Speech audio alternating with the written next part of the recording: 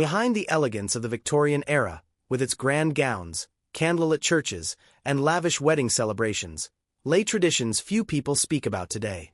For many brides, the wedding night was not a moment of romance. It was a moment of fear. Young women, often barely adults, entered marriages arranged by families, bound by strict social rules that treated them less like partners and more like property. Privacy was rare. Expectations were rigid. And in some cases, disturbing practices turned what should have been an intimate moment into a public proof of obedience. Tonight, we uncover one of the darkest and least discussed realities of Victorian marriage. The wedding night tradition's history often chooses to forget. Understand the reality of the Victorian wedding night, we must first understand the society that shaped it. The Victorian era, spanning from 1837 to 1901 during the reign of Queen Victoria, is often remembered as a time of strict morality, social refinement, and rigid expectations of behavior. Publicly, Victorian society celebrated modesty and virtue. Women were expected to embody purity, innocence, and obedience. Yet behind this carefully crafted image, the rules governing marriage were far less gentle. For many women, marriage was not primarily about love. It was about stability, family alliances, and social advancement. In upper-class society especially, marriages were often arranged or heavily influenced by parents seeking advantageous connections. A young bride might meet her future husband only a handful of times before the ceremony. And once the vows were spoken, her life changed instantly. Under Victorian law, a married woman's legal identity was often absorbed into that of her husband, a principle known as coverture. This meant she could not independently own property, sign contracts, or control many aspects of her own life. Her role was clear. She was expected to be a devoted wife and mother. The wedding night became the symbolic beginning of that role. But for many brides, it was also a moment filled with uncertainty and anxiety. Victorian culture was deeply uncomfortable discussing intimacy openly. Young women were often raised with almost no understanding of what marriage physically involved. Many entered their wedding night with little knowledge about their own bodies or what would happen once the bedroom door closed. This lack of education was not accidental. Victorian society believed that ignorance preserved innocence. But in reality, it left countless brides frightened and unprepared. In some social circles, disturbing customs added even more pressure. Families and attendants sometimes treated the wedding night as an event whose outcome had to be proven. Bedsheets might be examined the following morning to confirm that the bride had entered marriage pure. This practice, though not universal, reflected the intense obsession with female virtue that defined the period. The responsibility for maintaining honor rested almost entirely on the bride. Her reputation, her family's standing, and sometimes even the stability of the marriage could depend on meeting these expectations. For many women, the wedding night was not a private moment of affection. It was the beginning of a life governed by strict roles, silent pressures, and the heavy weight of Victorian ideals. And as we will see, some traditions surrounding these marriages went even further, revealing a darker side of Victorian society that polite history rarely discusses. While Victorian society praised modesty and purity in public, the reality surrounding marriage often carried a harsh contradiction. A young woman was expected to remain completely innocent before marriage. Yet on her wedding night, she was suddenly expected to fulfill the duties of a wife without hesitation. This abrupt transition created an emotional shock for many brides. Victorian daughters were raised under strict supervision. Discussions about intimacy were considered improper, even within families. Mothers rarely explained the realities of married life to their daughters. Instead, girls were taught only one lesson repeatedly: protect your virtue until marriage. But what happened after the ceremony was rarely discussed. As a result, countless brides entered their wedding night frightened and confused. Some accounts from private diaries and letters describe women who had no understanding of what would happen once the bedroom door closed. The silence surrounding the subject left them unprepared for the expectations that awaited them. And those expectations were immense. Marriage in Victorian Britain was not just a romantic union. It was a social contract. A wife was expected to provide heirs, maintain the household, and support her husband's reputation in society. The wedding night symbolized the beginning of these responsibilities. In some aristocratic and upper-class families, traditions surrounding the wedding chamber added even more pressure. After the wedding celebrations, the newly married couple would sometimes be ceremonially escorted to their bedroom by relatives and friends. This ritual, sometimes referred to historically as a bedding ceremony, had existed in various forms across Europe for centuries. By the Victorian period it was far less common, but in certain social circles traces of the tradition still remained. Guests might gather outside the chamber door, joking and celebrating, while the couple entered the room together. What should have been an intensely private moment became a symbolic public event marking the completion of the marriage. For a young bride already overwhelmed by the expectations placed upon her, the experience could feel humiliating. Even after the door closed, the pressure did not necessarily disappear. In some households, proof of the bride's virginity was still expected. The bed sheets might be discreetly inspected by female relatives or attendants the following morning.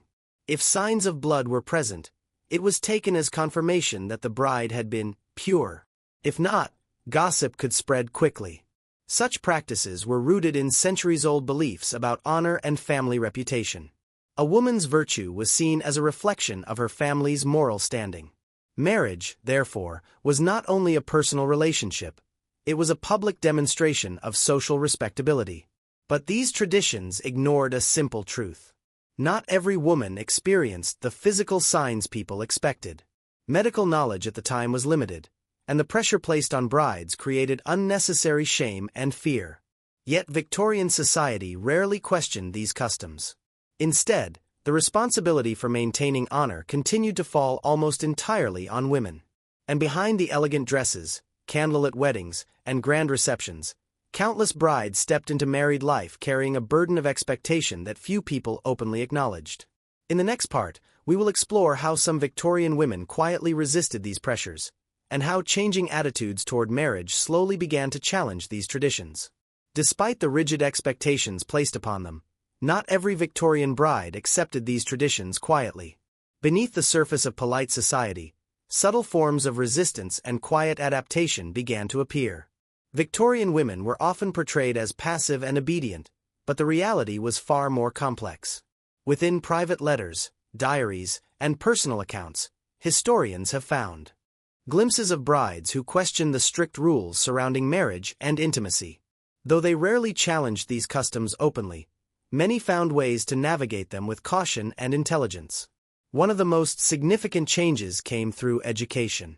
By the mid-19th century, some women, particularly those in intellectual or progressive families, began gaining greater access to books, literature, and discussions about health and the human body. While Victorian society still avoided direct conversations about intimacy, a growing number of medical texts and marriage guides quietly circulated among the educated classes. These writings attempted to prepare couples for married life, though they were often written in cautious, coded language. Still, they represented an important shift. For the first time, some brides entered marriage with at least a basic understanding of what awaited them on their wedding night. At the same time, attitudes toward marriage itself were slowly evolving. Earlier generations often viewed marriage primarily as an arrangement between families. But during the Victorian period, the idea of romantic love began to gain greater importance. Novels, poetry, and popular culture increasingly portrayed marriage as a union based on affection rather than purely social advantage. Even Queen Victoria and her husband Prince Albert helped shape this image. Their famously affectionate relationship became widely admired across Britain and Europe, encouraging the idea that marriage could involve genuine emotional partnership. However, the romantic ideal did not always match reality.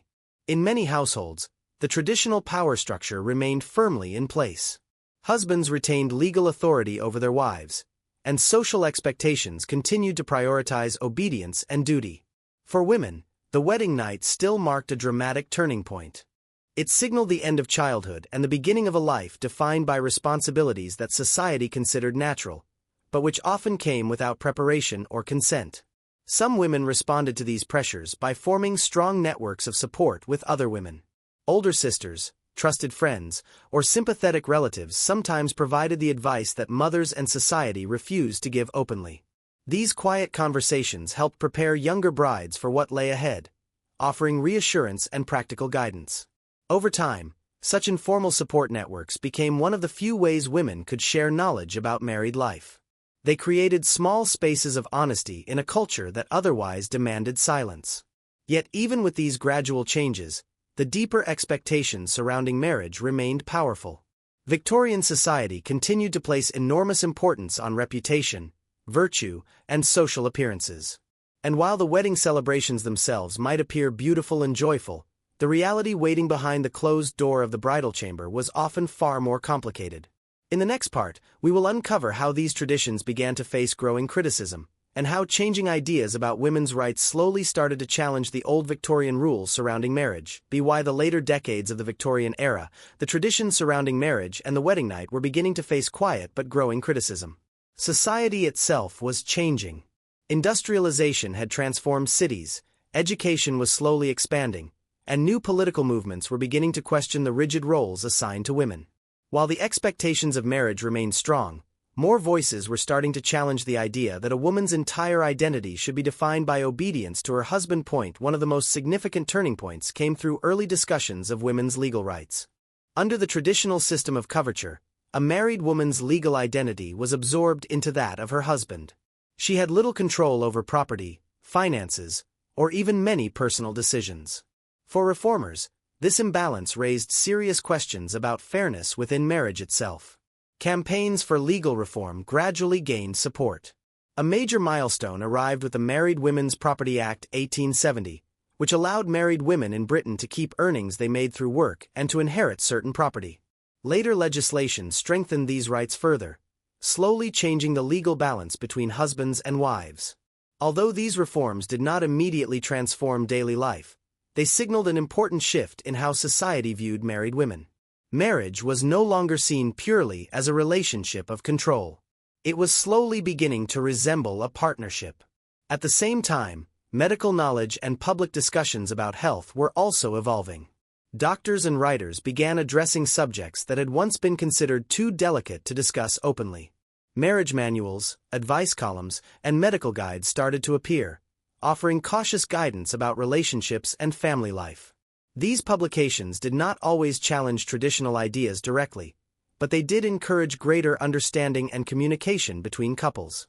For some brides, this meant entering marriage with slightly more knowledge and confidence than previous generations. Another influence came from the growing movement for women's education. As more girls attended schools and gained access to literature, they developed broader perspectives about their roles in society.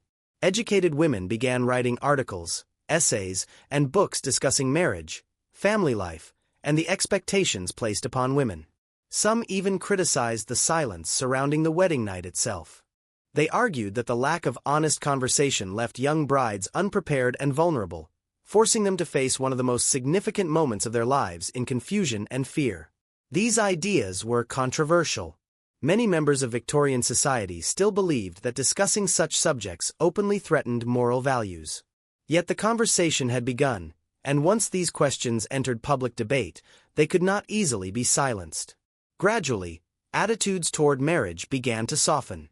The idea of companionship, of husbands and wives sharing emotional connection and mutual respect, gained greater acceptance. While the traditional expectations of the Victorian wedding night did not disappear overnight, the foundations supporting them were starting to crack. By the end of the 19th century, the image of marriage itself was changing. And with it, the experiences of the women who entered that new chapter of life. In the final part, we will explore how these shifts reshaped marriage in the years that followed, and how the hidden struggles of Victorian brides helped inspire lasting social change. By the end of the 19th century, the world that had shaped the harsh expectations of the Victorian wedding night was slowly beginning to change. The traditions that once surrounded marriage with secrecy, pressure, and rigid control did not vanish overnight. But the foundations that supported them were gradually weakening. Education played a major role in this transformation. As more women gained access to schools, literature, and public discussions, they began to question the silence that had surrounded marriage for generations. Subjects that had once been considered too delicate to discuss openly slowly entered medical books, advice columns, and educational materials. This new knowledge did not eliminate fear entirely, but it began to replace ignorance with understanding. At the same time, legal reforms continued to reshape the position of women within marriage. Following earlier reforms, the Married Women's Property Act 1882 granted married women in Britain the right to own and control property independently of their husbands. For the first time, a married woman could legally manage her own finances and possessions. This change carried powerful symbolic meaning. Marriage was no longer seen solely as a transfer of authority from father to husband. Instead, it was slowly evolving into a partnership between two individuals with recognized rights. Cultural attitudes were also shifting. Writers, reformers, and early advocates for women's rights began speaking more openly about the realities of marriage.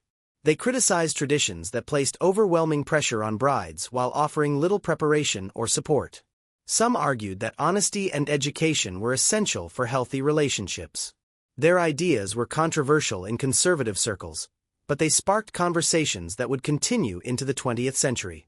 Meanwhile, the concept of romantic partnership continued to grow in popularity. Novels, newspapers, and personal letters increasingly portrayed marriage as a relationship built on affection, companionship, and mutual respect. While not every marriage lived up to this ideal, the cultural expectation itself was changing. Gradually, the wedding night began to lose the heavy symbolism it once carried.